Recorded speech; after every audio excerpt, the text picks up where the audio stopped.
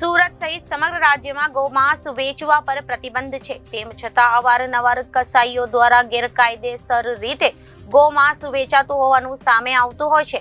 ત્યારે ગૌરક્ષકો દ્વારા પોલીસને સાથે રાખીને કાર્યવાહી કરવામાં આવતી હોય છે. ત્યારે લિંબાયત વિસ્તારમાં ગૌમાંસનું વેચાણ કરતા બાપ દીકરાને ઝડપી લેવામાં આવ્યા છે. લિંબાયત વિસ્તારમાં આવેલી મીઠી ખાડી પરની બેઠી કોલોનીમાં રફીક ઉર્ફે રફીક પહેલવાન કાદરી સૈયદ અને તેનો દીકરો જાવીદ રફીક સૈયદ ગેરકાયદેસર ગૌમાંસનું વેચાણ કરતા હતા. આ અંગેની બાતમી ગૌરક્ષકો મારફતે પોલીસને મળી હતી, જેથી રેડ કરવામાં આવી હતી, જેમાં બાપ દીકરો ઝડપાઈ ગયા હતા. જ્યારે ગૌમાંસ લેવા આવેલો નાસી ગયો હતો, જેથી તેને વોન્ટેડ જાહેર કરવામાં આવ્યો હતો. પોલીસે ગૌમાંસ વેચતા પિતા પુત્રને ઝડપી લીધા હતા. જ્યારે વડોદરામાંથી હનીફભાઈ નામના વ્યક્તિને વોન્ટેડ જાહેર કરવામાં આવ્યો હતો.